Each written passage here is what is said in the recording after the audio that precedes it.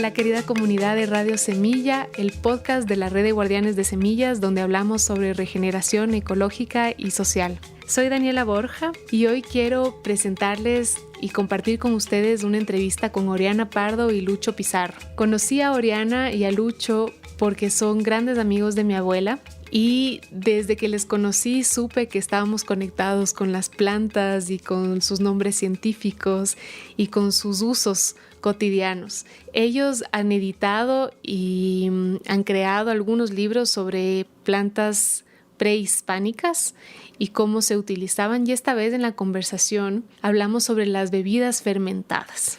Antes de continuar, quiero agradecer a todas las personas que son miembros de Radio Semilla, se han apuntado a la membresía en radiosemilla.com/apóyanos. Gracias a sus aportes, Radio Semilla se sostiene y podemos seguir haciendo estas entrevistas, editándolas, comunicándolas y regando la voz de este movimiento de regeneración. Para todos los miembros tenemos beneficios lindísimos de varios descuentos en muchos emprendimientos de guardianes de la red y de personas aliadas en distintos países, por lo que estamos muy contentos de compartir esos beneficios con ustedes. Y también recordarles que los miembros tienen acceso a una carpeta muy especial con recursos que nos parecen valiosos para nuestro crecimiento en el camino de la regeneración. Les quiero invitar a que sean parte del canal de Telegram también. Ahí estamos generando conversación y podemos comentar sobre cada episodio y compartir nuestros sentires sobre lo que escuchamos y profundizar en cada tema que nos apasiona. Les quiero dejar con esta entrevista y espero que disfruten tanto como yo la disfruté. Hasta la próxima.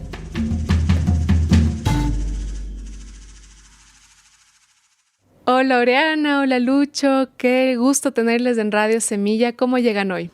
Muy bien, muchas gracias. Muchas gracias por invitarnos. A ustedes. Sobre todo esta radio que con ese nombre te deja una serie de transmisiones particulares. ¿Qué semilla? Sí. Vida, ¿no? Semillas de conocimiento, de regeneración, ojalá. Todo relacionado, sí. Sí. Cuéntenos un poquito de dónde vienen, qué hacen, de dónde nacieron. Yo soy nacida en Santiago de Chile hace no sé cuántas décadas. Estudié, me crié, todo en Santiago. Viví aquí hasta el año 73. En el año 73 salí del país. ¿Qué estudiaste, Oriana?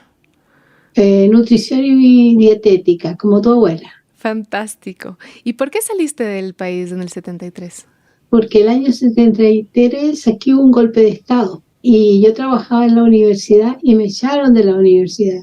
Y en ese tiempo era muy difícil imaginar encontrarse un trabajo. Yo trabajaba en salud pública, me fui del país y llegué a Perú y después a tu país.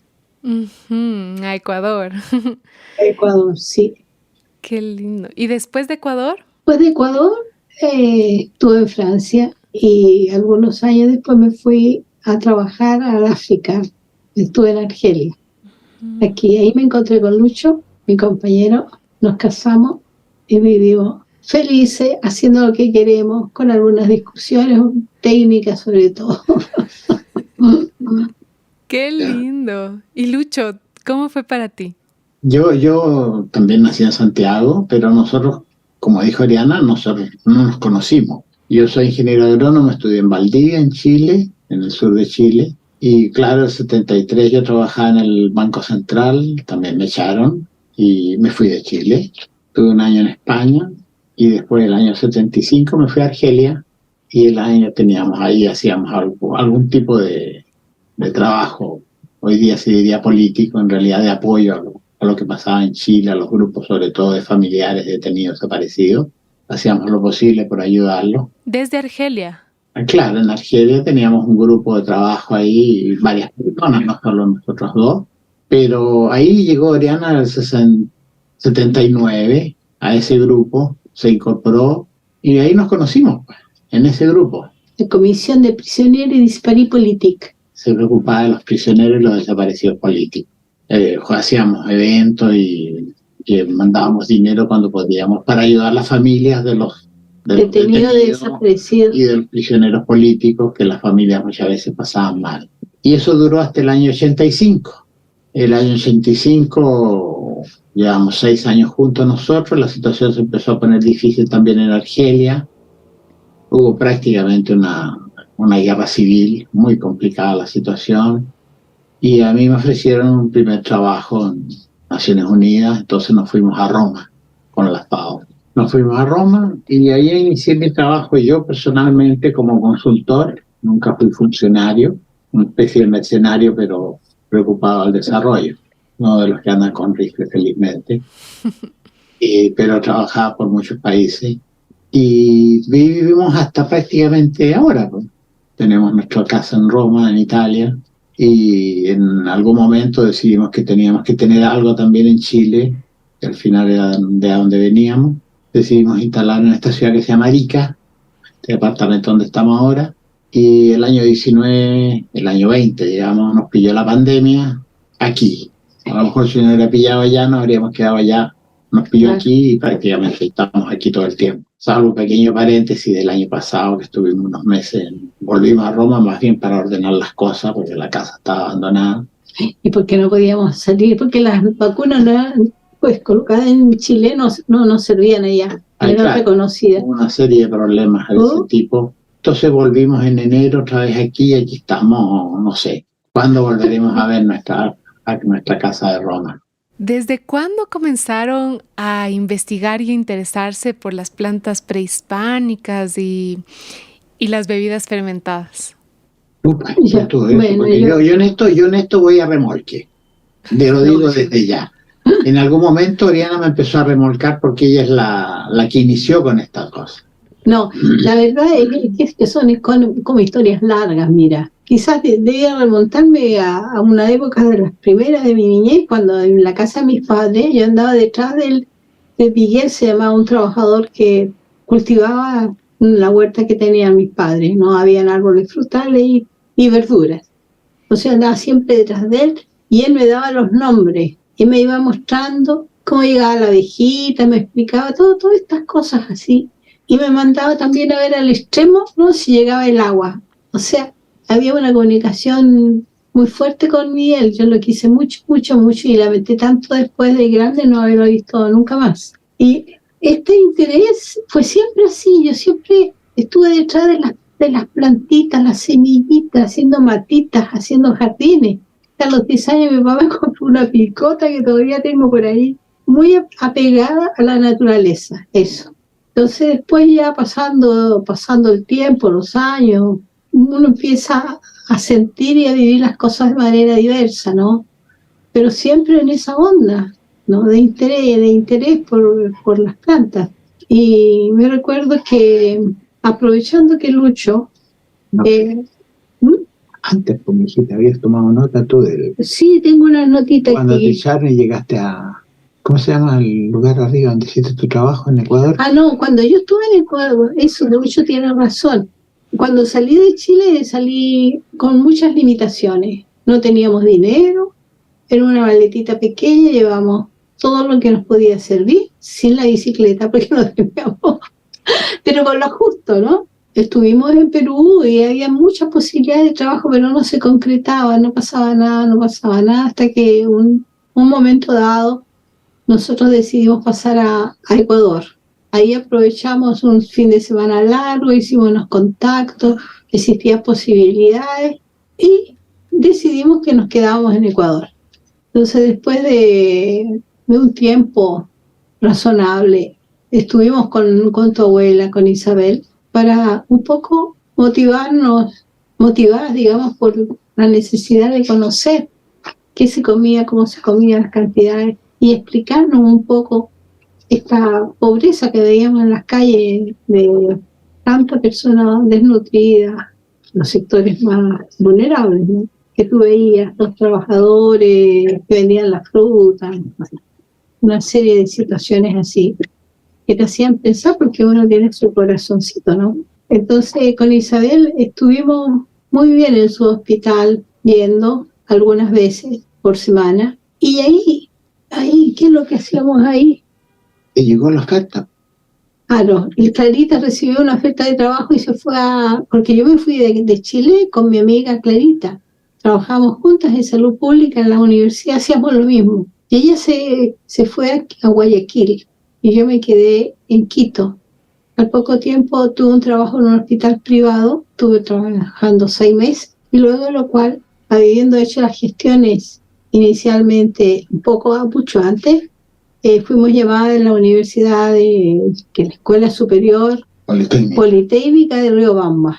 Y ahí yo estuve trabajando 3 años. Y al estar ahí, entre las exigencias que los académicos tienen, yo escogí la línea de investigación y con la ayuda del padre Estuardo Gallego, nos fuimos a la montaña, a Guayac, donde escogimos esta población, un sector pequeño, para mejorar la salud alimentaria, la salud de esta población, que era 4.000 metros ya, creo, casi Guayac.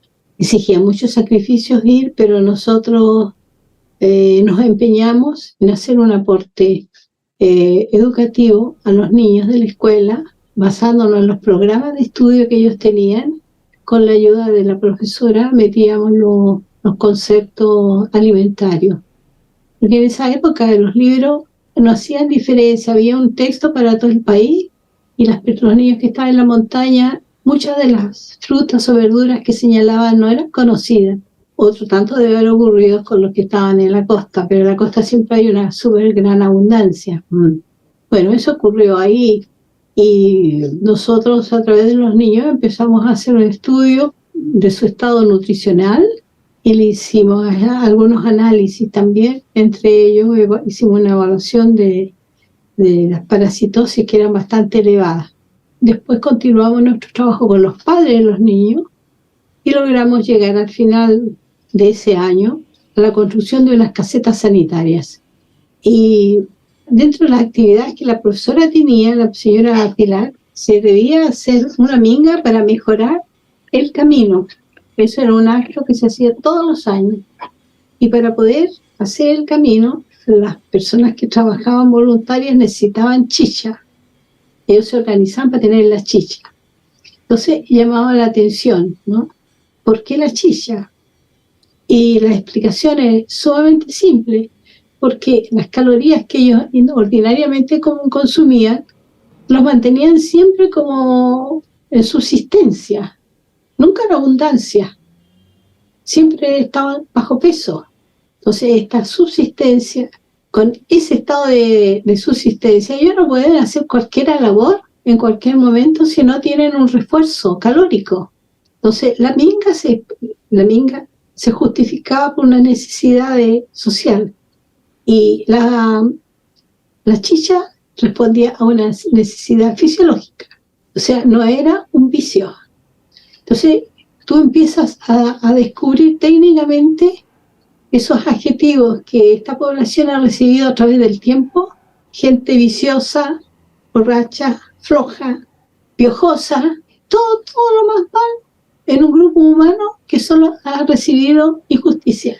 Entonces se revela esta situación, a mí me revelaba tremendamente. Entonces yo me puse a estudiar esto de las chichas, pero con una manera, no para hacer una industria de las chichas, para buscar comprensión en esta costumbre. Y así fui reuniendo elementos y al final de este trabajo que habíamos empezado en Guayac, no sé cuántos años después, como 10 años después, cuando estábamos en Argelia, Lucho me insistía: oye, esos papeles que están allá, es el trabajo de Guayac, porque no alcancé a terminarlo en Riobamba. Entonces, con 2 dedos, bueno, hagamos este trabajo, una presentación, un librito, y ahí con 2 dedos, y escribía, y después había faltado el papel, todo para sacarlo, pero finalmente salió. Y yo me fui de tu país, pero siempre nunca me olvidé de esta población, ni de la gente que nos ayudó en este trabajo. Así fui sorprendida enormemente cuando la Lili, que fuera la compañera con la que trabajaba, me llama y me dice que la población de Guayac, que estaban ahí, habían bajado a Riobamba a festejar los 20 o los 25, no me acuerdo, años de su libro. ¡Qué locura! Súper apropiados. Se apropiaron ¿te das cuenta? Claro. Sentimiento de esta gente. Entonces es así, ¿no? Tú los ves desde lejos, como cualquier pequeña acción, de repente las personas lo pueden valorar, ¿no? ¿Y de qué manera? Uh-huh. Y cómo destacar su identidad y cómo rescatar la valía que tienen sus tradiciones también. Eran desconocidos y de repente aparecen en la portada de un libro. Guañac, de un librito, un folleto, no importa. Sí. Aparecen en algo que se difunde. Sí, eran ellos tan orgullosos porque es la estima la que se daña también en las personas. Entonces, tú te apoderas, tú te estimas. Después de ese folleto, sé que... No, es un libro. Es un libro. Algún día lo vamos a publicar en PDF. Sí. Ya, porque fue publicado impresos, pero sé que tienen otro libro sobre bebidas fermentadas prehispánicas. Ese vino después. Claro, es que después Oriana, sí. después nos fuimos cuando estábamos en Argelia, en algún momento nos fuimos a Roma. Estaba dicho, ¿no? En el 85 a mí me ofrecieron un primer trabajo, nos fuimos a Roma. Y Oriana empezó a trabajar, ahí tú tenías dos ámbitos, ¿no? Se incorporó al Jardín Botánico de Roma a trabajarse, a colaborar con ellos. Y paralelamente empezó en el ILA, el Instituto Italo-Latinoamericano, a hacer investigación sobre los cronistas. Entonces, este doble trabajo botánico, por una parte en el campo, en el terreno, dijéramos, en el jardín botánico, y por otro lado, bibliográfico en el Instituto Italo-Latinoamericano, es que de repente se le ocurrió que tenía que llevarlos al papel, juntar estas dos cosas. Y así salieron estos trabajos que ella presentaba en una organización que se llama, ¿cómo se llama? SILAE, ¿no?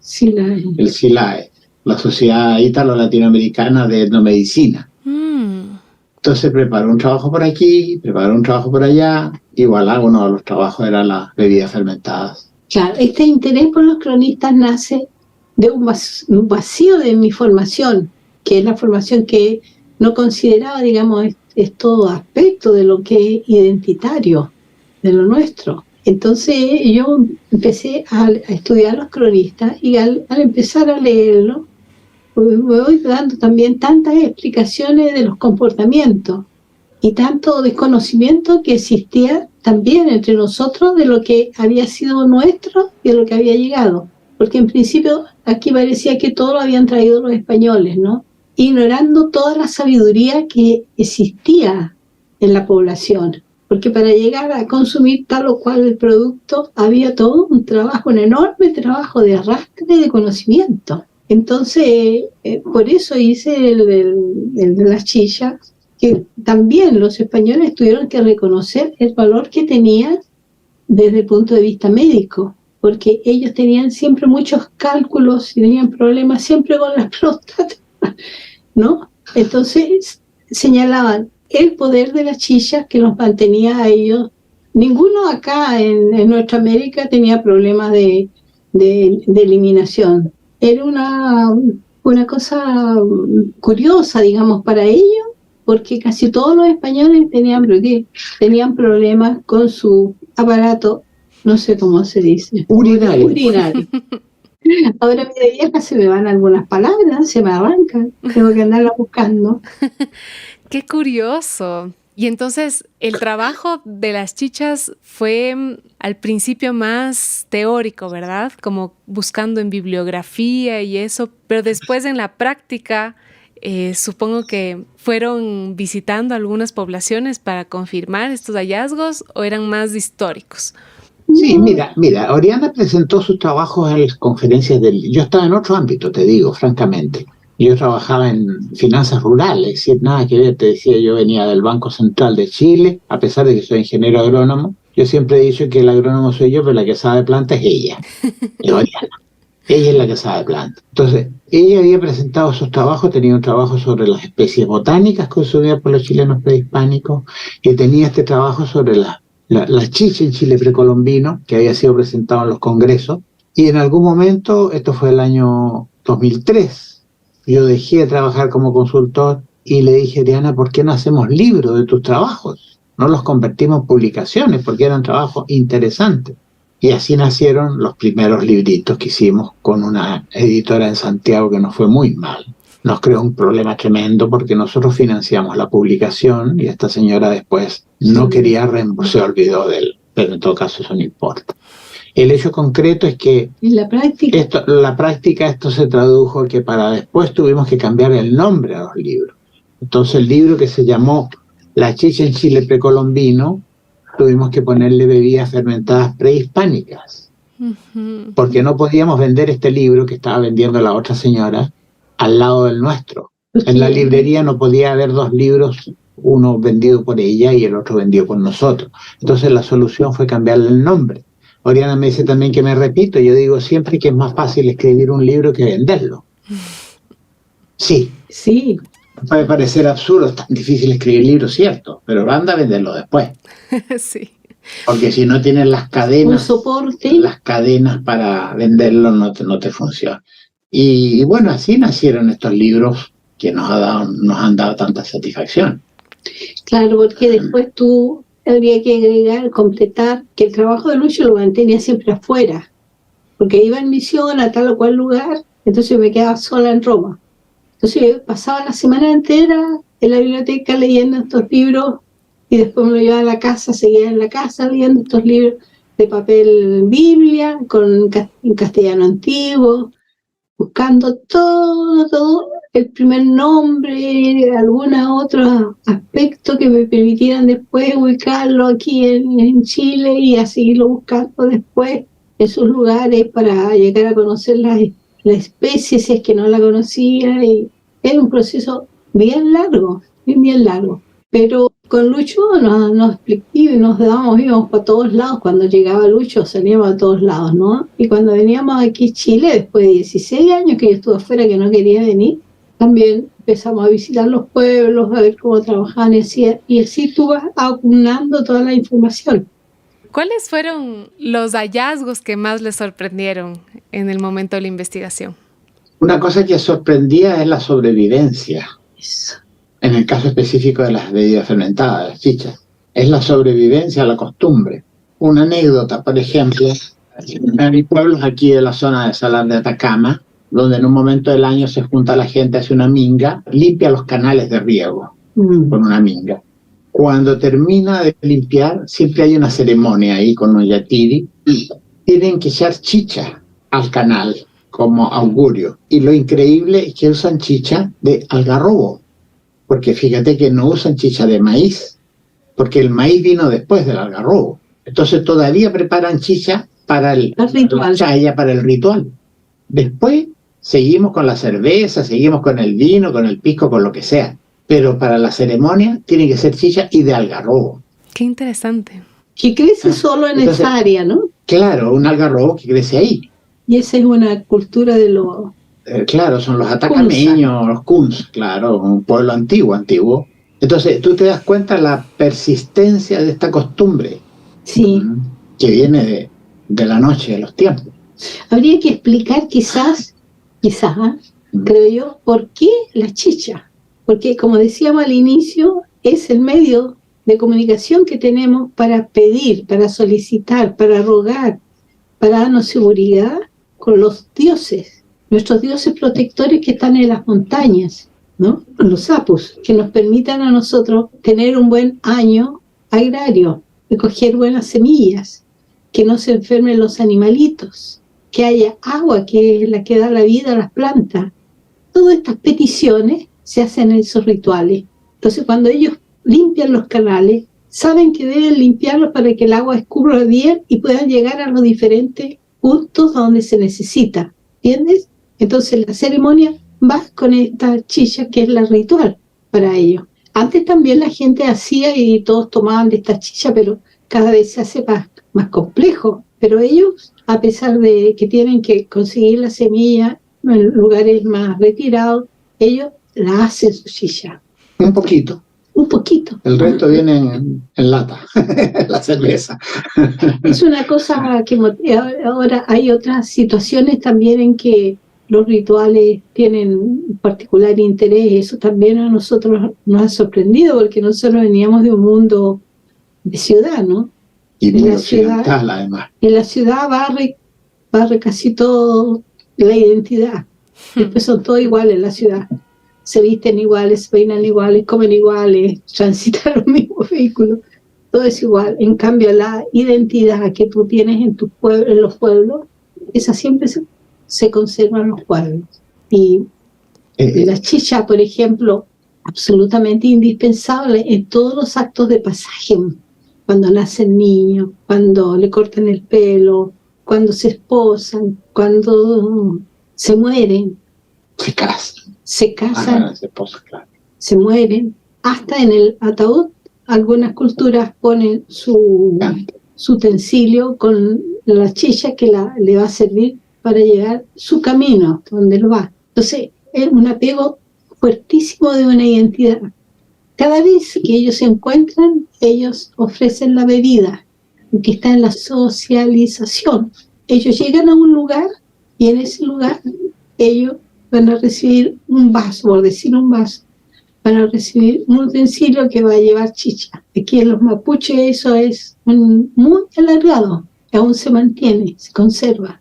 Y a la chicha se le agregaba harina tostada. Al agregar harina tostada tú tienes no solo las calorías que da la chicha, sino un archialimento hipercalórico como alimento, ¿no? Entonces, son, digamos, comportamientos que tienen una explicación, y esa explicación tiene un sentido, y su sentido es justo. Interesante la relación entre el alimento, porque eso es una cosa que Oriana me decía antes. Ahí tenemos un pie de página en el libro donde dice: 1 litro de chicha representan 360 calorías, suponiendo que tenga 3-4 grados, porque eso es una cosa importante. Cuando la gente dice los indios borrachos se iban tomando chicha, la chicha original era de muy bajo grado alcohólico. Sí, es una cerveza flaca, 3 grados. Entonces tomarse 1 litro de chicha no es lo mismo que tomarse 1 litro de vino, que tiene 12 grados. Entonces la gente tomaba mucha chicha, pero con un grado tan bajito, y sin embargo le aportaba 360 calorías 1 litro. Entonces cuando iban a la minga, como dice, vaya que le contribuía a la energía que necesitaban en el trabajo. Claro. Son cosas que nunca se llaman la atención, sino que se ve el hecho mismo, el tomar, el beber, como un hecho malo, pecaminoso, propio de gente borracha. No es eso, no era eso al menos, no era eso al origen. Y sé que tiene algunos efectos probióticos, ¿no? ¿Eso era parte de la medicina, la chicha? Sí, la chicha, no como parte de medicina, la chicha tenía una labor preventiva, no permitía que se formaran cálculos. No había ninguna persona por ahí, los españoles decían, ninguno con cálculos, y ellos vivían con cálculos. Los cálculos producen unos dolores horrorosos. Entonces, en algún momento descubren que posiblemente la chicha los ayuda. Entonces, se empieza, para algunos, mirar la chicha de otra manera. O sea, hasta el día de hoy se sabe cuando uno toma cerveza que uno tiene que ir al baño. Eso dice aquí Garcilaso, limpia, Garcilaso, refiriéndose a la chicha de maíz: es de mucho provecho para el mal de riñones, dolor de hijada, pasión de piedra, retención de orina, dolor de vejiga y del caño. Y esto lo han sacado de ver que muy pocos indios, o casi ninguno, se halla que tenga estas pasiones. Ellos las sufrían, pero a los indios no les pasaba, lo cual atribuyen a la normal bebida de ellos, que es el brebaje del maíz, y así lo beben muchos españoles que tienen las semejantes enfermedades. Es decir, los españoles se dieron cuenta que la chicha de maíz además les servía para resolver sus problemas, dijéramos, urinarios. Ajá. Es simpático esto, ¿no? Pasión de piedra, retención de orina, dolor de la vejiga y del caño. Imagínate. ¡Qué dolor! Aquí dice un libro anónimo, estos son interesantes. Para remediar este inconveniente y por librarse de enfermedades, inventaron el vino hecho de grano del maíz, el cual, si es simple, refresca las entrañas y el hígado, pero no limpia del todo las viscosidades, y tiene sus problemillas. Mandaron los médicos que para que el vino tuviese los efectos que se pretendía, de lavar la vejiga y deshacer la piedra, es decir, el cálculo, cilindrase el maíz con la saliva del hombre, que es muy medicinable. Y de ahí podemos caer en la temática de cómo se hacía la chicha. Sí, me encantaría, justo. ¿Y cuáles eran los ingredientes? ¿Cuáles son las diferencias con otras bebidas fermentadas frutales? Me encantaría que nos cuenten un poco. Claro. Y mira, básicamente hay dos maneras de hacer bebidas alcohólicas. Regla general. Por regla general. Una, las que vienen de los azúcares directos, como las frutas, que son dulces por sí. Y la otra son las que vienen de los almidones. No hay que olvidarse que el trigo no existía, la cebada no existía, la avena no existía. Había maíz y los pseudocereales, que son la quinoa, en fin. Y en el sur de Chile tenían los mapuches tenían su cereal que se llamaba bromo, que era como el trigo de ellos. Claro, y los almidones que podrían ser la papa, la yuca, ¿verdad? También, claro. Entonces, el problema de los almidones es que para poder fermentar tienen que transformarse en un azúcar simple. Un almidón es un azúcar complejo, es una masa de azúcares simples, lo estoy diciendo en palabras sencillas. Entonces, lo primero que había que hacer era desdoblar esto, y esto se consigue con el maltaje, es lo que llaman brotar.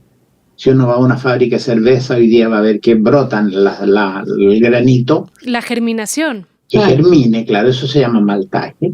Y la otra alternativa que descubrieron nuestros antiguos, sobre todo cuando son materiales que no brotan, como la yuca o la papa, era que masticándolo se produce la tialina de la saliva, es una enzima que desdobla el almidón en azúcar simple. Eso cuando nosotros comemos nuestra tialina de la saliva, al comer bien, desarma el grano de almidón en azúcares simples.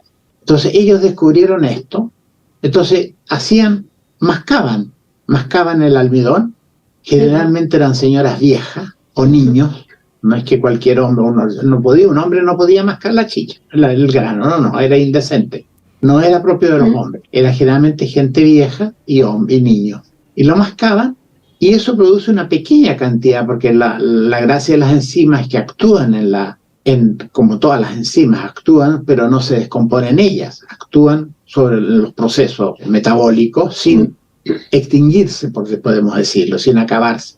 Entonces, con un poquito de tialina, que ella digamos, de mascado, que lo guardaban en unas bolsitas, ellos se lo ponían a la chicha, se hacía la fermentación, después recuperaban un poquito y lo podían. Y eso era el mascado. Esto le causó un horror terrible a los españoles, les daba asco. Pero como dice también un cronista, ¿qué tanto asco les da si para hacer el vino lo pisan con los pies, que ni siquiera se los lavan a veces? Porque el vino en Europa, y después también en Chile después se hacía pisando la uva. Claro, y de lo que entiendo por su libro también, a partir de la saliva hay todo un proceso de eliminación de patógenos, ¿verdad? ¿Qué es lo que hace que se eliminen estos posibles patógenos en la chicha? ¿Es la acidez? Sí, puede ser la acidez y puede ser el mismo alcohol, ¿no? Pero el hecho concreto es que ¿por qué también la gente prefería tomar chicha y no agua? Porque muchas veces el agua del puquio, del estanque, del pozo, no es suficientemente potable, dijéramos, es contaminada. Era más seguro. Era más seguro tomar chicha. Claro. Como dice también un cronista, dice, sí, ni a palos toman agua. No les gusta tomar el agua, pero no es porque no les guste tomar agua, sino porque el agua saben que les puede hacer mal. En cambio, la chicha no les hace mal, todo lo contrario, hemos visto que les ayuda. Sí, además de que era la forma en que ellos tomaban chicha. Por ejemplo, entre los mapuches, no te puedo decir del resto, pero sí sé que los mapuches eran así. Ellos primero comían. Llegabas a tu hora de almuerzo, tú comías. No tomabas agua ni tomabas chicha. Después, al final de la comida, tomabas tu chicha. El digestivo, dijéramos. Claro. No se bebía mientras se comía. Entonces tú, de todas maneras, ya tenías tu estómago un poco saturado, ¿no? Podrías tomar porque tenías sed, porque habías perdido líquido seguramente en tu trabajo, en tu actividades. En la guerra. O un día de trabajo, de caminatas, de cosecha, lo que fuera, ¿no? Pero no es pensar que se lo vivían puro tomando chicha. Y la chicha que se le daba al que llegaba. Por ejemplo, yo llego a tu casa, tú partes corriendo y vienes con un cuenco con chicha. Me dice, Oriana, la hice recién.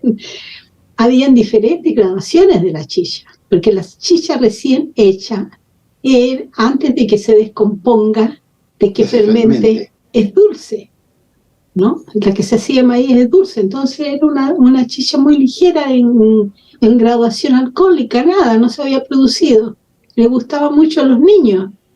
Y de hecho se la daban a los niños. Claro, porque eso te engordaba. ¿Cuánto tiempo tenía que pasar? ¿Cómo es el proceso químico para que...? Porque supongo que no se añadía ningún tipo de azúcar, solamente se descompone el carbohidrato en azúcares más simples. ¿Cuánto tiempo pasa desde la germinación o desde la tialina de la saliva hasta tener una chicha dulce? No, la chicha era muy dulce. Una chicha fuerte, dices tú. Mira, el tiempo, generalmente, bueno, la fermentación está regulada también por la temperatura ambiente. Si tú la metes a un refrigerador, no se te va a fermentar seguramente. Pero va pasando. Normalmente son, no sé, no te puedo decir días exactos, pero la gente, cuando tenía una fiesta, se preparaba para la fiesta, 15 días antes o algo así, las mujeres empezaban a preparar la chicha. Para que estuviera pronta y con el grado justo al momento de la fiesta. ¿A partir de cuántos días de fermentación se puede tomar una chicha jovencita? Jovencita, de los 3 días. A los 3 días, pues, sí, claro. No es un problema, es que claro, porque es un proceso continuo. Y es muy individual. Hasta que llegue el momento que llegue al máximo de fermentación y después empieza la etapa siguiente, que es la fermentación acética, en que el alcohol se empieza a transformar en vinagre. Entonces tampoco puedes ir indefinidamente a lo largo. No es como el vino que tú lo añejas, pero incluso el vino tú para poder guardarlo tienes que guardarlo embotellado, porque si no igual se te va a poner vinagre. No, y además, Danielita, existía para algunos, cuando tú le preguntabas, yo a veces le pregunto también todavía, ¿y cómo le gusta la chicha? ¿Picante? Ah, sí, picante y vinagre. Fuertoncita. ¿Cómo se lo pueden tomar? No te dijo. Se nos quedó algo en el tintero cuando hablábamos de la preparación. Dijimos que una era las chichas de los almidones y la otra son las chichas de las frutas. Sí. Pasándolo al tiempo presente, una son las cervezas y la otra son los vinos. Pongámoslo en tiempo actual. Cuando uno toma cerveza, está tomando chicha de grano. Cuando uno toma vino, está tomando chicha de fruta. ¿Y en la época prehispánica había chichas de fruta? Claro. No menos, claro, por supuesto. En el sur de Chile se hacía fruta de todo. Chicha de todo. Cualquier fruta que fermentara, que tuviera dulce. Y de hecho, por ejemplo, incluso más, la frutilla, que es una planta originaria del sur de Chile, la Fragaria chiloensis, que tiene otro nombre ahora, pero igual en su época se llamaba así. Los botánicos siempre le cambian los nombres a las plantas. La Fragaria chiloensis, que viene de Chiloé, del sur de Chile, ellos la secaban, la deshidrataban, la ponían al sol para poder hacer chicha de frutilla cuando no había frutilla. Claro. Porque les gustaba muchísimo. ¿Cómo es el proceso? ¿Me cuentan un poco más? Natural. Las levaduras de la fermentación están en la cáscara de la fruta, en la cáscara de la uva. Actualmente en la uva. En la cáscara de la uva están las levaduras. Están en el ambiente. Hoy día la gente la acelera y compra levadura y la pone. Pero naturalmente las frutas tienen en su epitelio, tienen ahí levaduras, así como pueden tener hongos o tener otras cosas. Caca de pájaro. Entonces, caca de pájaro, también puede tener caca de pájaro, claro. Pero digamos, pero esa no sirve. No sirve para la fermentación. Pero a lo mejor le agrega sabor. No, broma aparte. Las frutas normalmente fermentan solas. Y si tú puedes hacer la prueba, hazte un jugo de algo, lo dejas ahí y vas a ver que a los pocos días se te va a fermentar. Es un proceso aeróbico, ¿verdad? Sí. Se producen en presencia de aire. No es necesario que sean aeróbicos, no. Perfectamente las cubas donde se fermentan son siempre al aire, abiertas, no son cerradas, no son herméticas. Entonces esas son las dos formas, digamos, retomando la idea original cuando tú pusiste cómo se hacían. Unas son, poniéndola en época actual, cervezas, y otras son vinos en general. Y en el caso de los carbohidratos, entonces, por ejemplo, cuando uno germina, ¿cómo es el proceso? ¿Se remojan los granos, germinan y a partir de eso se añade más agua o se muelen? ¿Cómo es? Eso en principio es así. Se remojan, bien remojados se guardan en humedad, en una bodega, por decirte, muchas veces son bodegas oscuras ahí. O tinajas de greda antiguamente. Bueno, claro. tinaja de greda, las tinajas, pero están dentro de una pieza que es oscura y es húmeda. Entonces, cuando el brote ya adquiere una dimensión de unos 8 o 10 centímetros, lo sacan, lo ponen afuera, toma el sol, se seca. Y cuando está seco, lo muelen. Ese es el procedimiento como va con todo. Lo que yo quería, y es para la chicha preparada así, te da varios grados más de alcohol que la chicha no brotada. Eso es lo que llaman chicha de jora. La chicha de jora es la chicha brotada. Ya. Ahora, lo que yo quería señalar es que, por ejemplo, cuando se trata de preparar chicha de fruta, la cantidad de grados alcohólicos depende del tipo de fruta, de la calidad de fruta, de cuánta azúcar tiene esa fruta. Porque una fruta dulce, que hay tanta, no es lo mismo que una fruta casi sin sabor dulce. Claro. Todas te producen una fermentación, pero una fermentación más débil o una fermentación más fuerte. Cuando es más fuerte tiene una graduación mayor. En el caso, por ejemplo, de las frutillas que son dulces. Y lo otro que quería agregar es que además de las frutas secas como la frutilla, había otras frutas que se secaban con el objetivo de hacer en invierno chicha, acá en Chile, ¿no? Estaba, por ejemplo, el maqui. El maqui. ¿Qué es el maqui? Es una frutita que es un árbol que da una frutita pequeña negra, que es silvestre y que estaba siempre al borde de los caminos y que es una de las que han súper explotado por este tiempo. Porque le han descubierto tantas propiedades medicinales. Sí, es todo un poco así de tendencia con los gustos de la población, con la exigencia, ¿no? Y el algarrobo también, porque ya lo habíamos mencionado, el algarrobo naturalmente es dulce, ¿no? Es uno se habrá algarrobo. Sí. Hay muchos algarrobos, son muchas especies, ¿no? Pero en general todas tienen estas vainas, estas legumbres grandes. Y se hace con la semilla. Claro que sí. Se hace con la semilla, no se come, las semillas se eliminan, pero entre una semilla y otra hay una materia seca, ¿no? Que la va uniendo. Tienes aquí la vaina, aquí una semillita, aquí otra, aquí otra, aquí otra. Como cuando abres un haba que tú tienes adentro una cosa, ¿no? Entonces tú las cortas así y después las muelen, mismo con la semilla adentro, pero al irlas moliendo, las semillas las van desechando. Ajá. Y después ahí sigue el proceso. Que no tampoco la desechan porque también se podía comer después, pero de otra manera. No, para la alimentación. Animales, sí, que lo botaban, no se botaba nada. La alimentación animal, el desecho muchas veces, vaya. Entonces, es de esa pulpa de la vaina la que produce el dulzor con la que se hace la chicha. Claro. Que mira, de la algarroba viene siendo, según la variedad de algarroba, viene siendo la misma que se obtiene para hacer la algarrobina. Uh-huh. La algarrobina es un producto que antes, en los años de tu abuela y en los míos también, se vendían en forma dietética los de Nestlé en un tarrito donde venía esta pulpa molida, tostada y molida. Y se les daba a los niños para contrarrestar las diarreas, ¿no?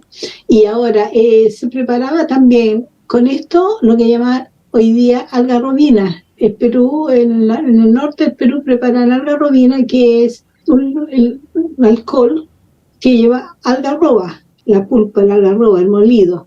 Y a veces eso lo ponen en botella y después lo trabajan. Otras veces hacen un agregado, lo meten en la máquina y sale también algarrobina como trago. ¿Eso vendría a ser una chicha más de fruta o de carbohidrato o de almidón? No, de fruta. No, de fruta.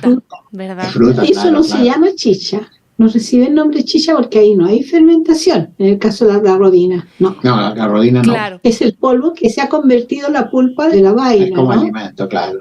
Claro, pero la chicha de algarrobo vendría a ser más como de fruta, ¿verdad? Es de fruta, claro, porque es un azúcar que está en la vaina, ya, pero que ya no es un almidón el que está en la vaina, no necesita ser mascada. No. Pero si tú querías hacer de yuca, por ejemplo, tenías que mascarla. O de oca. Claro, de cualquiera de estos tubérculos, tienes que mascarla porque eso no, además eso no brotan, tampoco se pueden, no producen el maltaje, el brote del grano. Claro. Entonces, también, ¿cómo hace que se fermente? Mascándola. Claro. Escuché ahora que decían esta diferencia entre la chicha de jora, que es del maíz germinado, pero entiendo entonces que también se puede hacer una chicha de maíz que no ha germinado o que no ha brotado. Pero tienes que mascarlo. Ajá. O echarle algún fermento. O da una... Porque también eso hace la gente, ¿eh? Compra incluso los cubitos de levadura, hoy día, en ese tiempo no se podía, pero hoy día tú compras un cubito de levadura, se lo echas ahí y te va a ayudar a la fermentación. Sí. Y si le echas azúcar, te va a subir el grado. Es decir, hoy día se hace cualquier cosa. Sí. Ahora, una cosa también, cuando hablaban de la propiedad alimentaria de la chicha, en el líquido, no alcohol, en el resto del líquido que hay donde está la chicha, también hay sustancias nutritivas. Incluso antiguamente se hablaba de la maltina, ¿no? ¿Cómo la llamaban? La malta, que es una chicha, es una cerveza oscura que tiene poco grado alcohólico, pero que tiene muchos restos del alimento original, de la cebada original. Entonces eso también es un alimento. Entonces lo mismo sucedía con la chicha de maíz o las otras chichas de grano, que en el líquido habían alimentos. Elementos nutritivos que complementaban, porque el alcohol en el fondo es una caloría, como dice Oriana, vacía. Te da energía, porque es una caloría. Pero no es un alimento, digamos, una persona que no puede vivir solo de alcohol. Pero lo que va alrededor, digamos, en el resto del líquido sí que te contribuye a tu alimentación. Qué interesante. No es solo una suma de calorías, alcohol, lo que hay en la chicha, porque además hay otro tipo de componentes que vienen del grano, que más o menos espeso, aporta más o menos energía a la alimentación, a la persona. Es lo que tú decías, por ejemplo, de la chicha. La chicha, el grano que se hace el maltaje por la saliva, la masticación, presenta ciertas características frente a la otra chicha. Esta chicha, como la estoy señalando, tiene menos grado alcohólico, es salivada. La chicha que ha hecho brote, esa chicha tiene mucho más grado alcohólico y tiene más definición en el color y el sabor, porque el brote le da esta identidad, se podría decir, esta definición, ¿no? Es muy diversa, las personas que lo prueban lo dicen, ¿no? Y casi la mayoría prefiere la que es más fuerte. Es que el brote, en el fondo, es una transformación del albúmin, el endocarpio de la semilla se va transformando, le va aportando alimentos al brotecito, ¿no? Entonces ahí va produciéndose la transformación en azúcares, digamos. Por eso es que fermenta mejor y produce más grado alcohólico. Hay un cambio al brotar. Lo que era almidón puro de la semilla se va transformando en la plantita, ¿no? Y esa plantita es la que después hay. El brotecito en el fondo es una planta. Es una plantita en ciernes, ¿no? ¡Qué maravilloso! ¡Es un milagro! Sí, milagro no, dejémoslo milagro. Pero es impresionante cómo a partir de una misma semilla, solo con un proceso de transformación, se pueden dar tantos cambios químicos que afectan tanto al sabor y al alcohol. Claro. Sí. ¡Qué interesante! Habíamos conversado algo sobre la fermentación, las recetas.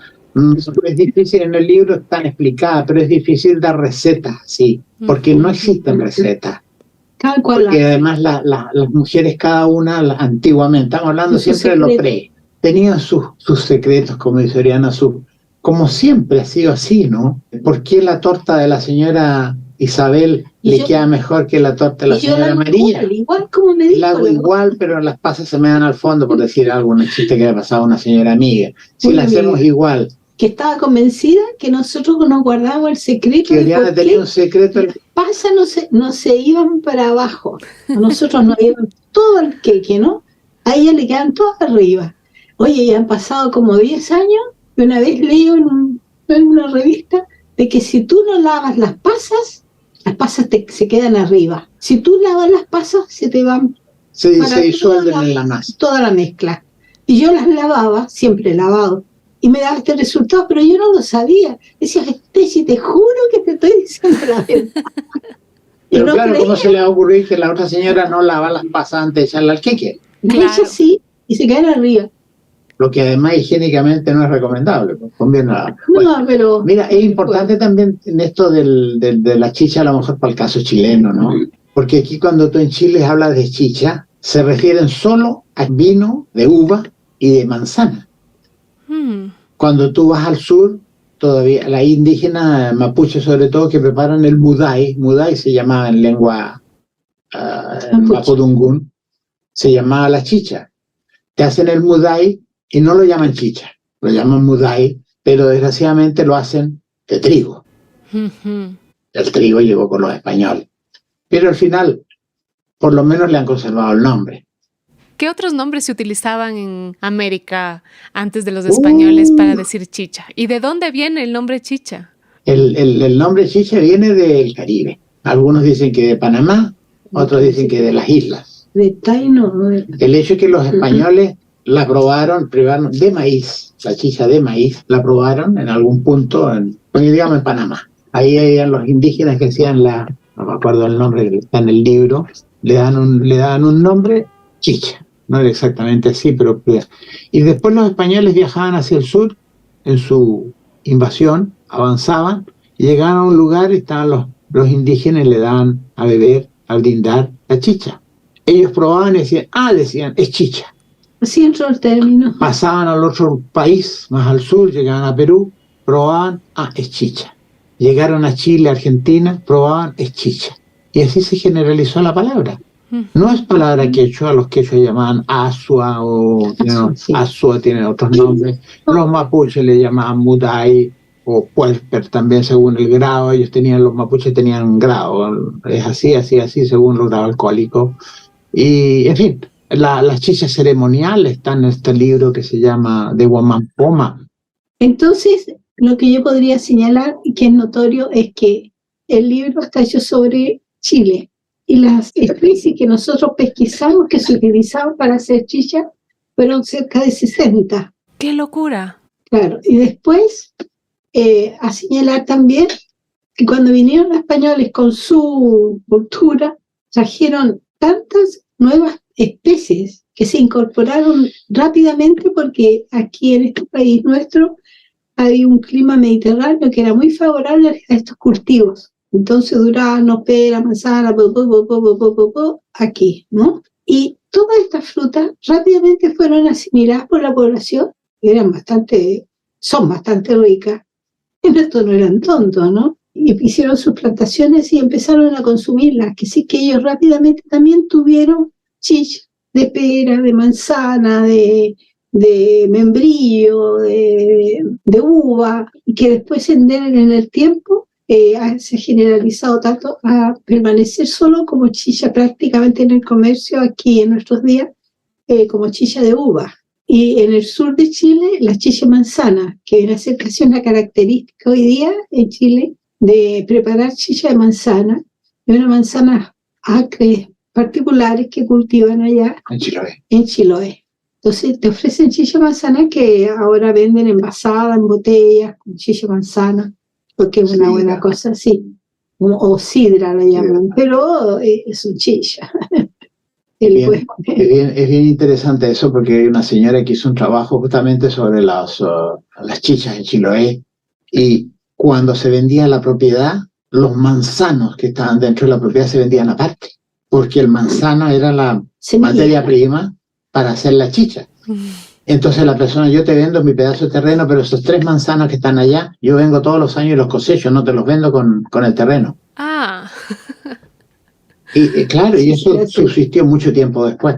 Hay un señor que se llamó Munster, que él recorrió la Patagonia desde Punta Arenas hasta la zona mapuche, dijéramos, y él en su relato, que es bien interesante verlo, eso pasó a mediados de los 800, de 1800, él llega hasta los indios manzaneros. Resulta que el manzano se había solo asilvestrado y se había reproducido autónomamente.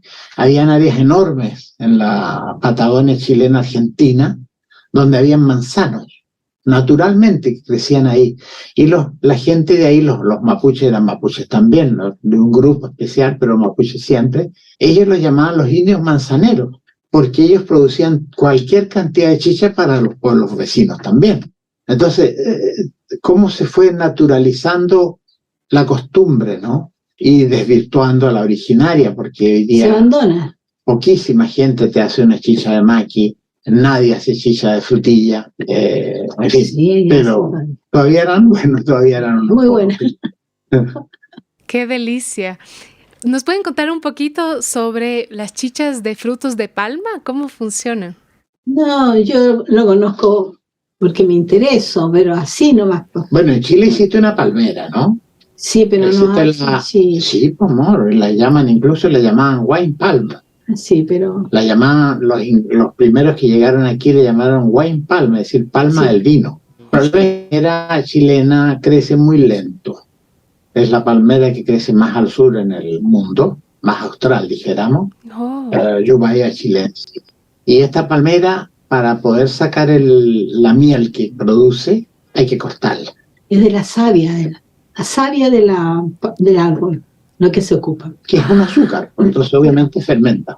Y esto hizo, cuando llegaron los españoles, se estima que habían unos 10 millones de palmeras en Chile.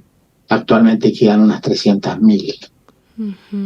Eso Se cortó porque además se hacía miel de palma, es decir, esta savia la hervían hasta que se concentrara al punto de miel, dijéramos. Una parte se hacía chicha, se hacía la bebida, dijéramos, fermentada, y la otra también la hacían. Entonces se destruyó tremendas áreas. Además de que el coquito, que es la fruta, es un coco pequeño, ¿eh? Siempre con la Isabel discutíamos esto. Se reía porque el coco de la palma. Ella me decía, no, aquí las palmeras tienen unos cocos grandes, usted tiene un coquito chico. El coquito es muy rico en materia grasa, es sabrosísimo, le decía yo, no es desabrido. Este coco se lo han siempre consumido.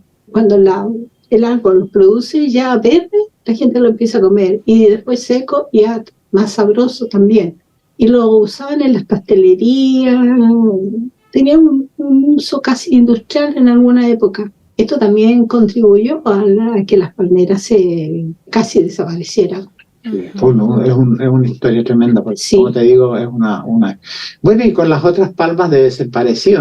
Yo no las conozco, las palmas. Lo que yo puedo decir es que lo que he visto afuera, y me había acordado de la palma nuestra, porque como es una sola, hay dos.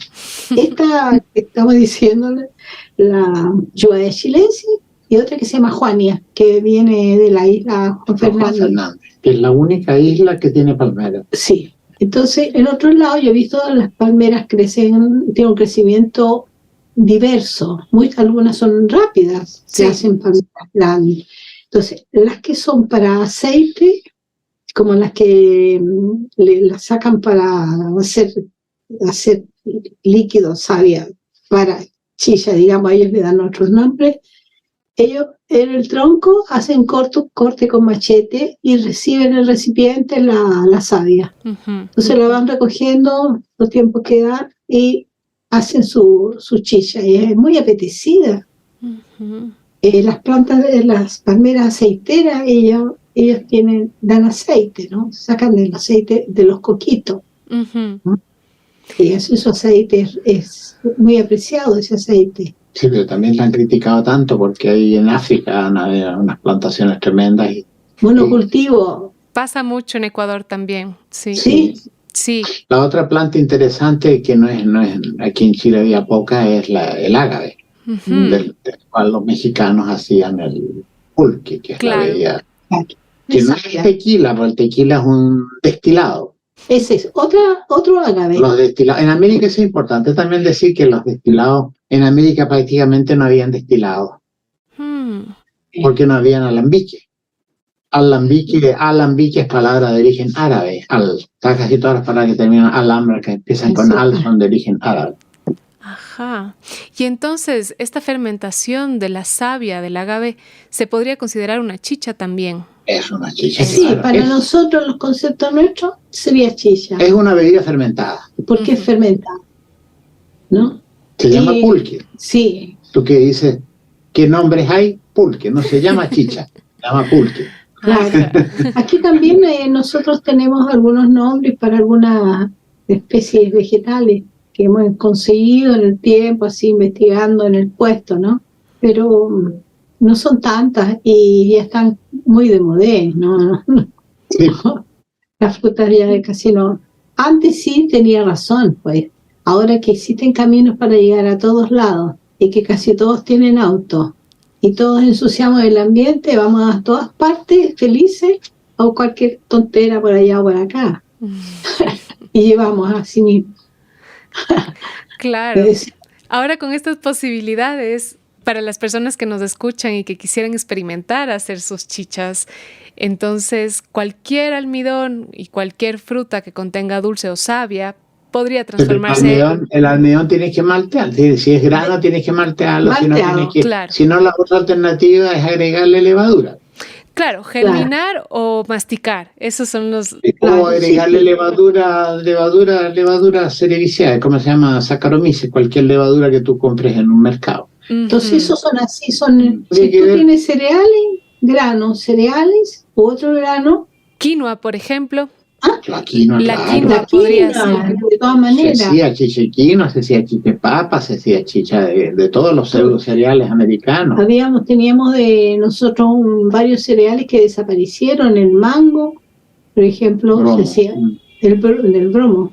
Ah, de ese no sabía. No, es que son cereales que crecían en el sur de Chile. Se perdieron estos cereales. Que se perdieron, desaparecieron cuando vino la invasión, claro. Fíjate que el bromo mango, que es una especie de el segundo cereal de América, dicen algunos, después del maíz. Wow. Existen dos plantas en herbarios. Una está en el herbario de Santiago y la otra está en el herbario en París. Porque Claudio, un botánico que vivió aquí en Chile, que era francés, él lo encontró cultivado en Chiloé, el mango, todavía cultivado. Es una de las últimas reseñas que existen del cultivo de este cereal. Después desapareció o se asilvestró, o hoy día podrían tal vez con los restos que existen hacer un análisis del DNA y saber qué relación tiene con el bromo silvestre que se encuentra en el campo. ¡Qué locura! Claro, desapareció. Si tú el maíz no lo plantas, el maíz desaparece. El maíz no tiene capacidad, se domesticó tanto que no tiene capacidad de reproducirse autónomamente. Claro. Sin el hombre, una planta que sin el hombre desaparece. Qué historia tan linda, ¿no? Como hay una hermandad con el maíz tan fuerte. Sí, tremenda. Y eso que América llegó mucho después que México, porque en México el maíz se domesticó en México. De hecho, en Chile se calcula que llegó al sur de Chile, digamos, se llegó alrededor del 500, 800. Ah, más tarde, bastante tarde. Sí. Bastante tarde, claro. El problema es que sus propiedades lo hicieron que invadiera el sistema. Y la comodidad, porque plantar un maíz, ¿están hablando del maíz? Claro. El maíz que da 2 o 3, a veces 4 panojas, que los sacas con facilidad, que no es lo mismo que estar cosechando quinoa. Sí, que es mucho más demandante, ¿no? Claro, y además tiene que sacarle la cascarita, porque la cáscara es amarga, tiene que limpiarla. Y después, ahora está muy bien, porque la quinoa se está vendiendo muy bien ahora, porque vale 3-4 mil pesos $3-4 el kilo. Es un estímulo para el que cultiva, porque antes imagínate, poco conocida, poco aceptada, poco mamó, en el norte nomás del país, casi desconocida en el centro y sur. Ahora con esta divulgación de sus valores nutritivos, tanta gente hace el esfuerzo por comprarla porque es bastante cara como se vende, si quieres para el bolsillo, pero si uno considera todo el trabajo que requiere, está en un precio justo. Es como las papas hoy día para nosotros, estando las papas. Imagínate que las papas acá eran muy poco conocidas, apreciadas por las mismas personas que venían de fuera. Nativas del norte. Del norte. En Chile hay muchas papas en el sur. Pero aquí estamos 15 región la nuestra, 15ª región. Que es lo más al norte casi de Chile, ¿verdad? Es lo más al norte. Era la primera, pero después hicieron unos cambios por ahí, quedamos 15, ¿no? La lógica es la primera. Entonces, es la época en que circulaban poco los artículos de consumo, porque a mí no eran malos, eran pesados, no, la gente no mostraba interés por consumirla. Entonces mucha semilla se perdió en ese momento. Y esa semilla se revaloriza ahora porque han encontrado que están ricas en antocianinas, en otros principios que permiten proteger al organismo, sobre todo en la vejez, ¿no? Que facilitan, digamos, un mejor vivir. Y ahora se están vendiendo carísimas las papas. El doble que las del sur de Chile, claro. Y a veces 3 veces el precio de las del sur. Claro, porque todo es una oferta y demanda. Y de moda también. Y la tendencia de la moda, en algunos casos se justifica, claro, plenamente, que las personas, en vez de arroz, todos los días arroz, coman su plato de quinoa, no hay donde perderse, ¿no? Pero es también hasta que no aparezca otro producto y nos colonizamos con el otro. Sí, es toda esta lucha para comer más diverso también, ¿no? Ojalá que no sean... A mí me parecen interesantes que vengan estas modas para que se queden. Que siento que en Ecuador ha pasado con ciertos productos, por ejemplo con el chocho o lupinus, que no se acostumbraba a comer tanto por un relego cultural, pero ahora es muy común en nuestros platos y ya está dentro de la cocina cotidiana. Y tengo esa esperanza de que si es que introducimos el conocimiento de la nutrición y la importancia de nuevas especies, de las especies prehispánicas que nos aportan tanto, podamos enriquecer, ¿no? Y diversificar esa dieta. Claro. Claro que sí. Claro que sí. Además que son cultivos, bueno, pasamos un poquito al tema de nuestro otro libro, que son las plantas alimentarias, ¿no? Por favor. El problema es, resulta que 2/3, el 60, me parece que son 60% de los alimentos del mundo, está concentrado en 9 especies. 9. La caña de azúcar, que es lejos la primera. No. Sí, es lejos la primera. Entonces, bueno, pues en todo caso, son 9 especies. Las que se llevan está el arroz, está el maíz, el trigo. Maíz, sí. Pero en todo caso son 9 especies, se llevan el 60 y tantos, 2/3 prácticamente de la producción alimentaria del mundo. Cuando tenemos 6.000 especies alimentarias. Entonces, están desapareciendo las otras, porque y además dentro de estas pocas especies, estamos concentrados en pocas variedades. Exacto. Lo que es tremendamente peligroso. Malísimo. Sobre todo porque ahora que estamos bien avisados del cambiamiento climático, es muy posible de que... Te voy a contar algo, ¿te puedo contar algo? Por favor. Mira, como estamos nosotros con las raíces estamos trabajando, pero ahora en este tiempo estamos con las papas porque es un rubro tan grande, tan importante y tan vital. Y tenemos preocupación por la erosión genética. Uh-huh. Resulta que el año pasado se perdieron muchas cosechas. Este año, muchos perdieron muchas cosechas. Siempre en la región nuestra, ¿no? Precordillera y el camino altiplano para allá. Se pierden porque los cambios climáticos se están produciendo de manera tan brusca y han producido una transformación un poco en todo. Resulta de que antes ellos veían la migración de los pájaros tales en tal y cual lugar, en tal y cual tiempo. Las flores, las plantas, los astros, todo está diverso para ellos. Entonces, las señas que dicen ellos, cuando tú sumas que las flores están amarillas, que es una compuesta, que crece a ras del suelo, grande, hermosa, o que crece, o que no creció, o que está a destiempo, u otra que apareció que no le correspondía. Una mezcla, un desorden de la naturaleza tremendo. En los animales, en los vegetales, en cómo te cae o no te cae la lluvia. Son verdaderos torrentes que destruyen las tierras donde ellos trabajan. Entonces ellos antes juntaban todas las señas, floreció tal, estaba acá, vino el pájaro, hizo su nido arriba, que sí que va a ser un año seco, eso no lleva, ¿entienden? Suman todas las señas.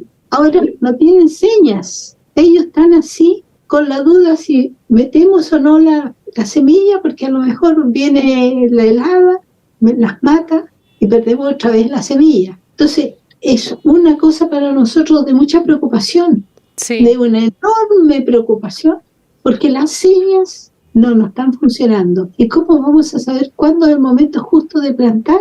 Mira, está este librito. Este es un libro muy bueno.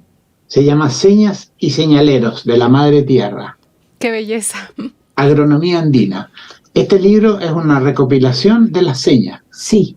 Lo escribieron unos señores aquí, un sacerdote que se llama Juan van Kessel y otro que vivió muchos años por estos lados, holandés, y hace una recopilación de cómo, ¿qué te voy a decir? El pajarito que canta tal época. Eso. Cuando canta el pajarito hay que sembrar. ¡Qué Así belleza! como hoy, hasta el día de hoy se sabe que tú no puedes plantar o sembrar cuando está el cuarto menguante de la luna. Tienes siempre que plantar con el cuarto creciente. Eso hasta el día de hoy se sabe. Cuando la luna. Pero además de eso, eso es una marca.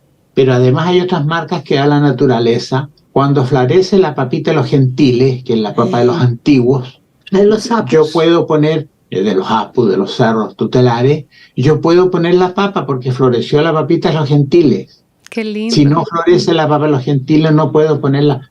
No es exactamente así, pero estoy dando ejemplo para entender el sentido. Entonces, esas señas, como ahora la papita, el año pasado prácticamente no hubo papas gentiles, porque el año fue muy malo. Trastorno. Entonces desaparecen las señas, y si desaparecen las señas, la gente no sabe cuándo sembrar. Y planta, y viene la helada y se le mueren las plantas. La semilla. Y pierden la semilla. Y es gravísimo en el caso de la papa también por lo que decían de la erosión genética, ¿no? Que Exacto, generalmente exacto. se siembra, supongo que es lo mismo en Chile, que se siembra la papa directamente y no hay necesariamente un cruce genético del fruto de la papa. No, por supuesto, la semilla es una vegecultura, se llama, un cultivo vegetativo. Vegetativo. Ah, claro. Sí. Incluso hay papas que son triploides y que son naturalmente, la semilla es, ¿cómo se dice? Es estéril la semilla porque es triploide. Entonces, la única manera de reproducirla es a través de las mismas semillas, de las mismas papas semilla que se llama. Claro. Se seleccionan las del medio, las ni muy grandes ni muy pequeñas. Esa es la que sirve para las semillas, se guardan y al año próximo se siembran esas. ¿Cuál es la triploide? Es un nuevo término para mí. Diploides, normalmente todos somos diploides, ¿no? Mitad de los cromosomas del papá y mitad de cromosomas de la mamá. Generalmente. Las papas tienen un desorden tremendo, un promiscuo, digo yo, son promiscuos. Porque tú tienes diploide, tienes triploide, tienes tetraploide y tienes pentaploide. Es decir, 5 padres o madres. 5 pares, padres, No, padres no. 5 pares de cromosomas.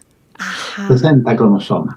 Porque la papa normalmente tiene 12 cromosomas, la diploide tiene 24, pero la papa más corriente que encontramos en el mercado es tetraploide, tiene 4 pares, tiene 48 cromosomas. Claro.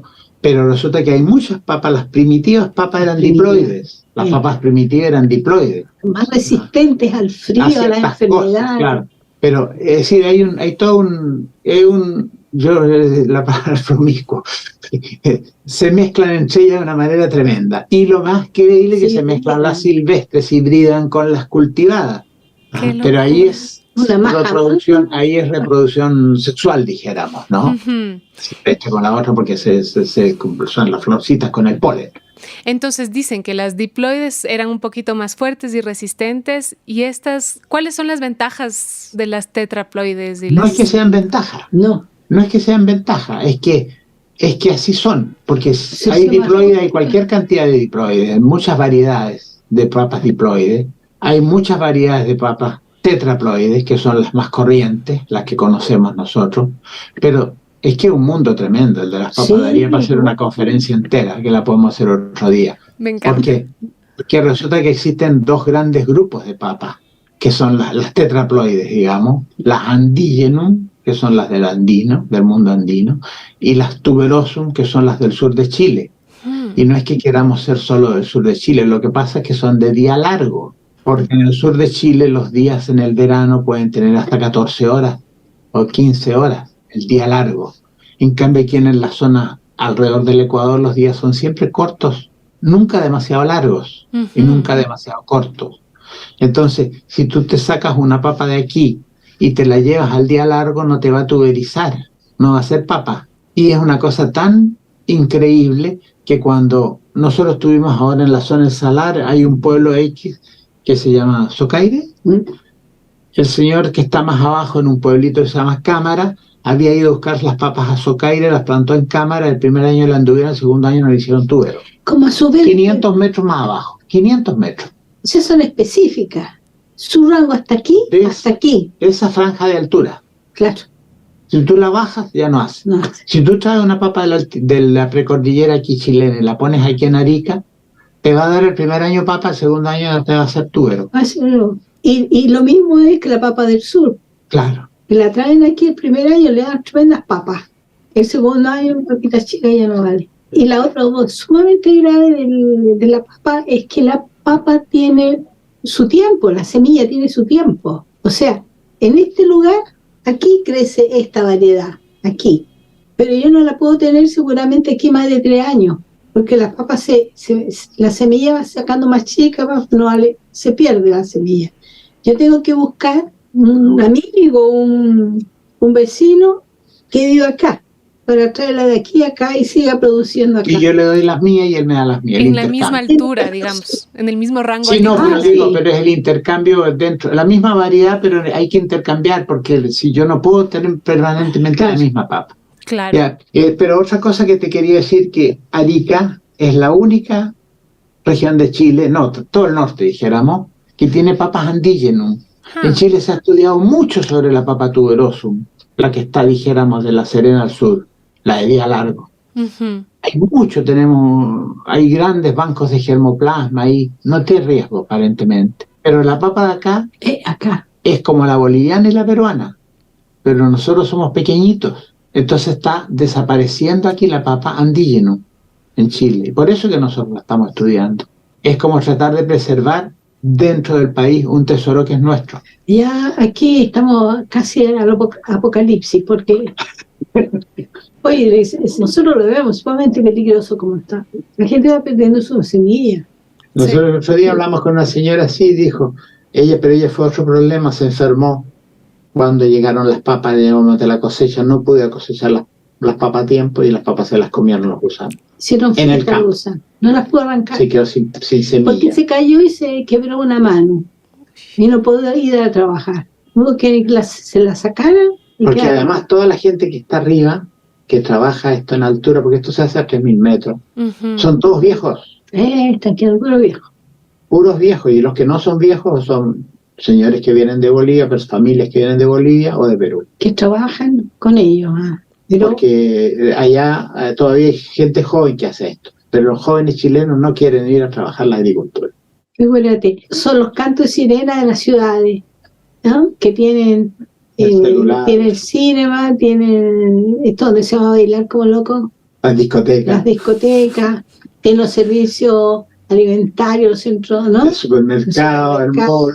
Tienen barbería, porque ahora les gusta hacerse la barba. Barbería. Entonces, ¿qué se hace?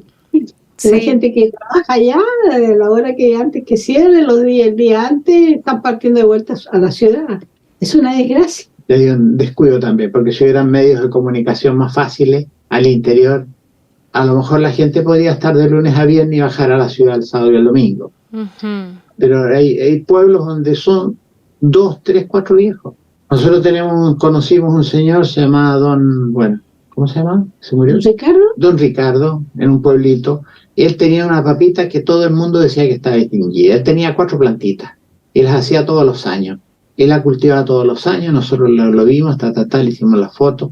Teníamos nuestra papita en Camca para la colección nuestra. Se murió Don Ricardo. Y a la papa le entró gorgojo, que sí que se murió aquí la papa. Se acabó esa variedad. ¡Qué tristeza! De una fragilidad tremenda. Eso, porque depende de este señor viejito que estaba como en los 90 años. Y que además la gente no le gustaba tanto esa papa, decían, pero era una papa que él decía, no precisa agua, no precisa nada, esta papa sale y está ahí. Solita. No la mata la helada. Era resistente, pero no sobrevivió a su vida. Bueno, oye, Danielita, yo te quería conversar algo que me has preguntado. Cuéntame, Oriana. Creo que te puede interesar. A mí me parece una cosa muy bonita. Verás que tengo la garganta tan dañada, oye, porque nosotros nos dio el COVID. Y esto es como una continuación. Me bajan un acceso de todo, así que me disculpo por eso. Resulta, esta parte bien importante está relacionada con la mujer, ¿no? La mujer cumplía un rol determinante en la preparación de la chicha. Es una actividad que le daba tanto trabajo, que la obligaba a esforzarse tanto. Ella cosechaba, trasladaba, molía, masticaba, fermentaba, ¿no? Con otras mujeres, porque cuando eran ya fiestas grandes, se juntaban las mujeres para hacer esta actividad en común y se avisaban qué cantidades de cereal iban a juntar, dónde lo iban a juntar, cómo se iban a organizar para moler y hacer el maltaje. Resulta de que no era una tarea fácil, pero ellas tenían esta sabiduría porque sabían justo el tiempo que fermentaba, lo que tú preguntabas, la exigencia, se la conocían bien.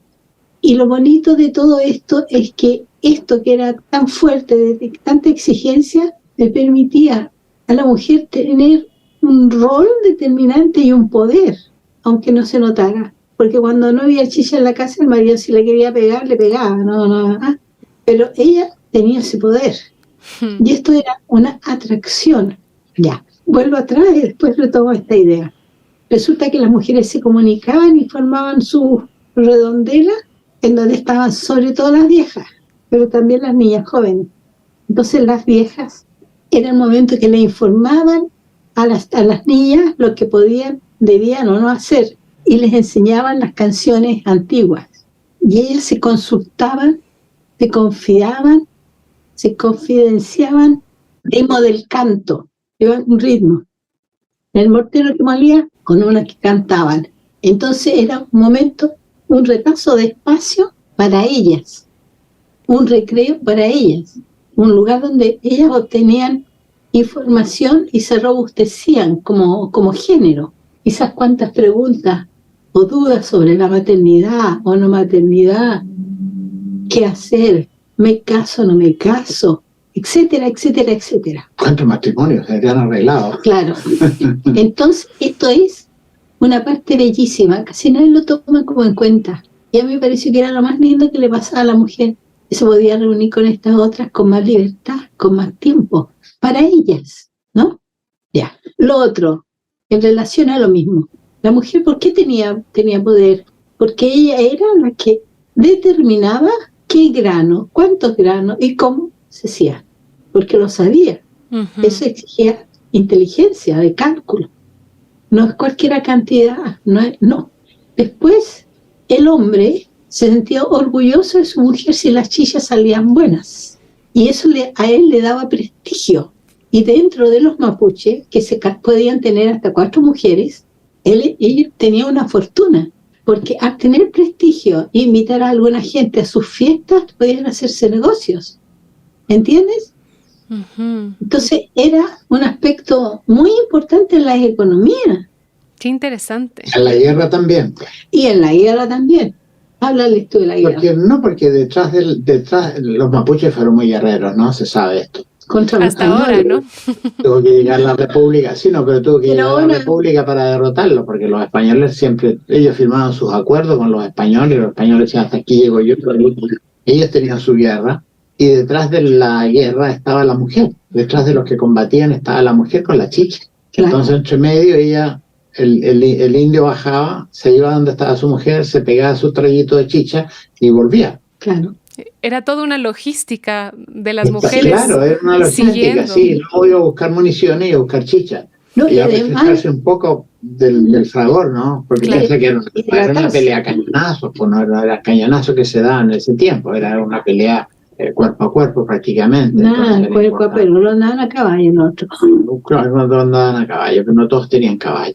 El asunto es que eso es, pues, entonces era parte, como dice Adriana, del... No, y es que es sumamente importante, que también lo reconocían los españoles, lo que es bastante notable, porque reconocer era muy poco.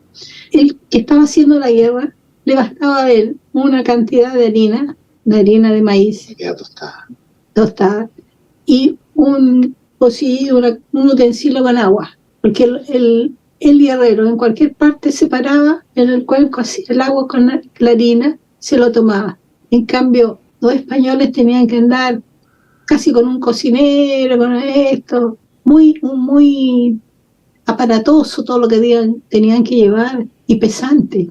Entonces, una cosa que ellos reconocían, la ligereza del mapuche con su forma de vida y de enfrentar la guerra, para que veas. Qué importante es y ha sido, ¿no?, en nuestra cultura. Me encanta el tema de las chichas, creo que es tan importante rescatar y volver a consumir. Por suerte, en Ecuador estamos teniendo algo de resurgimiento y es lindísimo cómo nos podemos volver también guardianes de esas especies, ¿no? Finalmente, con todo este contexto que estamos hablando en este momento de preservar las especies, de volver a sembrar, de conservar ciertas semillas, para que no solo la demanda exija como más producción, sino que se conserve en el tiempo, ¿no? Claro, que se conserve. Complementariamente a la chicha, en la ceremonia siempre iba la hoja de coca. Cuando se echaba en el canal, te decíamos, se hacía la chaya en el canal, también se echaban las hojas de coca. ¿Hay algún otro ritual que les haya parecido impresionante con la chicha? Bueno, toda la parte del poder, pues todo el poder. No te olvides que cuando se producía ¿cómo se llama? El Inti Raymi, creo que es la fiesta del sol, sí. y cuando salía el Inca con sus princesas, y entonces siempre venía con 2 vasos de chicha, de bebida fermentada de maíz, uno para servir y otro para tomar. Era todo un ceremonial. Por eso yo hago la asociación con Cristo, ¿no? Yo no soy cristiano, que quede claro, pero hago la asociación cuando Cristo dijo, esta es mi carne y esta es mi sangre. Le atribuyó un valor simbólico al vino. Entonces, ¿por qué nosotros podemos ver mal el valor simbólico que tenía la chicha, que era el vino, entre nuestros pueblos? Se usa hasta el día de hoy, el sacerdote cuando hace la misa, toma el vino, ¿cierto? Es un ceremonial de tomar la bebida fermentada. ¿Por qué no lo podemos entender en el mismo sentido? Y esto está en el libro nuestro, está ilustrado con dibujos, ¿no? Aquí dice, Don Juan Capcha, indio tributario, gran borracho y enemigo de los cristianos. Tiene 4 indios en su pueblo. Y en los dibujos aquí aparece a un lado el vino añejo y la otra chicha fresca. Qué locura. En la garrafa, ¿no? Allá, la que tiene estos unos dibujos que son increíbles, ¿no? Y aquí dice, junio, Cusquiquilla. Ese mes hacían moderada fiesta del Inti Raymi y se gastaba mucho en ello y sacrificaban al sol. Y aquí aparece el indio, el inca, digamos, tomándose su vaso de vino, o de chicha. Población nativa mejor que indio. Bebe con el sol en la fiesta del sol. Bebe con el sol, es decir, se celebra el sol. Oye, pero sí, esa cosa a mí me parece increíble. Es como en cierta medida se los condenaba, ¿no?, a la población nativa por tomar su bebida propia, y ya vemos si es preparada como corresponde, es un buen alimento, porque le permitía a él superar sus dificultades y hacer sus trabajos. Pero si tú te trasladas a lo que hacemos todos los comunes, en las ciudades y en todos lados, a todas las costumbres, tú llegas a una casa y te invitan algo, ¿no? Vas a comer a una casa y tomas vino, o un aperitivo, un bajativo, y bueno, lo que sea. Si hay una fiesta en cualquier parte, se toma en todas partes, todo. Los que están en la oficina, los que están allá, los trabajadores, las partes, todos lados se toma. Pero la condena era dirigida hacia ellos, englobada en ellos, hacia ellos. Era una cosa muy peyorativa, muy antipática. Me recuerdo cuántos profesores de la universidad iban borrachos por la calle después de la fiesta. ¡Qué locura! Han considerado que estos señores, no, como ocurre que de repente hay un accidente y resulta que el que va borracho es un alto jerarca de la economía, de lo que sea, no tiene la misma connotación. Y eso es malo. Ahora, lo que es bonito entre ellos, que es hasta hoy día, así, cuando ellos tienen un acto, cualquier actividad, le dan su bebida, y ellos siempre botan una gota a la tierra, a la Pachamama. Eso en Perú, en Bolivia, en Ecuador debe ser lo mismo, en Chile lo es también. Eso está, y tú lo ves en los pueblos. ¿Qué es lo que engloba esta ritualidad de la bebida, ¿no? Que Claro. siento que hemos perdido, porque de pronto, como mencionas, Oriana, sí se consume la cerveza, el vino, es cotidiano en las casas, pero cómo la chicha era esa conexión con la tierra, con los apus, con los dioses, volver a establecer esa conexión en los rituales. Es el pago Porque- que tú Una haces, delicia. el Porque- reconocimiento. La diferencia está en la bebida industrial Claro. o en la bebida doméstica, Ujú. porque la chicha era una bebida doméstica, se hacía en casa. Y eso es importante destacar. Claro, no había una fábrica de chicha. Sí. No, Se preparaba chicha para la fiesta, a lo mejor en cantidades industriales, diríamos hoy día, pero era siempre una bebida doméstica.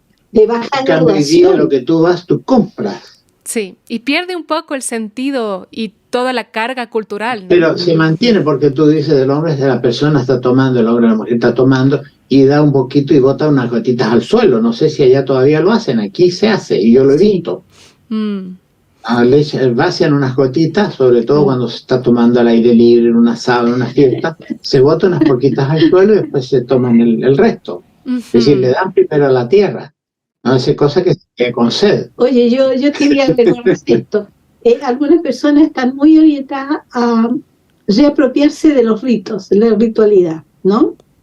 Y, por ejemplo, donde hay actividades así con los aymaras, que es la población con la que nosotros convivimos, en la que estamos, suponte tú un rito, porque es la inauguración de un congreso, ya. Entonces está todo ahí, ¿no? Entonces llega el yatir y hace su ceremonia con sus cosas. ¿Qué pone ahí él cuando porque hay que echar cosas al suelo?